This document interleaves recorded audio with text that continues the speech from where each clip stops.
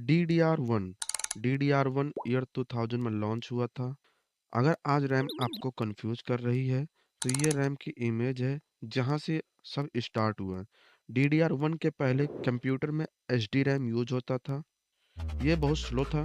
Programme ऐसे open होता था जैसे डायल अप इंटरनेट कनेक्ट हो रहा हो। तब DDR1 आई। DDR1 का मतलब होता है डुअल डाटा रेट। इसको लगाने के बाद अचानक स्लो पीसी भी फास्ट चलने लगता था। अगर ये रैम किसी भी पीसी में होती थी, तो वो अपने टाइम का सबसे बीस्ट सिस्टम माना जाता था। आज हम अपने फ़ोन में भी 8 GB रैम यूज़ करते हैं, लेकिन उस टाइम 1 GB रैम भी बहुत बड़ी बात होती थी। DDR1 2.5 वोल्ट पर रन होता था। डेस्कटॉप के लिए 184 पिन और लैपटॉप के लिए 200 पिन यूज होता था। इसका नोच राइट साइड के पास होता था, जिससे ये इजीली पहचान में आ जाती थी।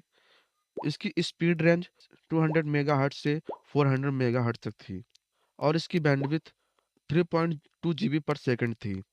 यह रैम पहली बार AMD प्रोसेसर और Pentium 4 प्रोसेसर के साथ आई थी। हर एक रैम की स्टिक मैक्सिमम 1 जीबी सपोर्ट करती थी। लेकिन इस रैम के डाउन साइड भी थे। हाई पावर ड्रॉ, हीट और लिमिटेड कैपेसिटी। फिर भी उस टाइम के लिए ये एक बहुत बड़ा चेंज था।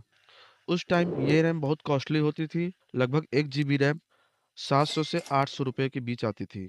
आज इतने प्राइस रेंज में आपको 8 GB रैम की DDR4 रैम मिल जाएगी। DDR2 टाइम के साथ ईयर 2003 में DDR2 लॉन्च हो गई। इसने प्रॉमिस किया कि कम पावर में यह ज़्यादा स्पीड प्रोवाइड करेगा।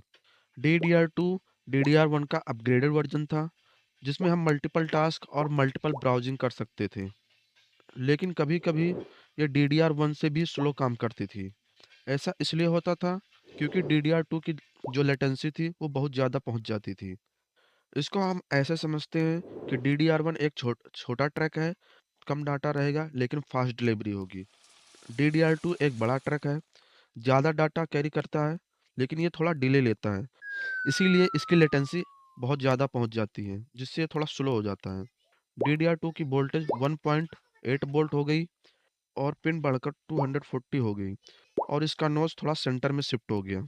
ऐसा इसलिए किया गया ताकि आप गलती से गलत रैम मदरबोर्ड में ना लगा दें, जिससे आपका मदरबोर्ड खराब ना हो जाए।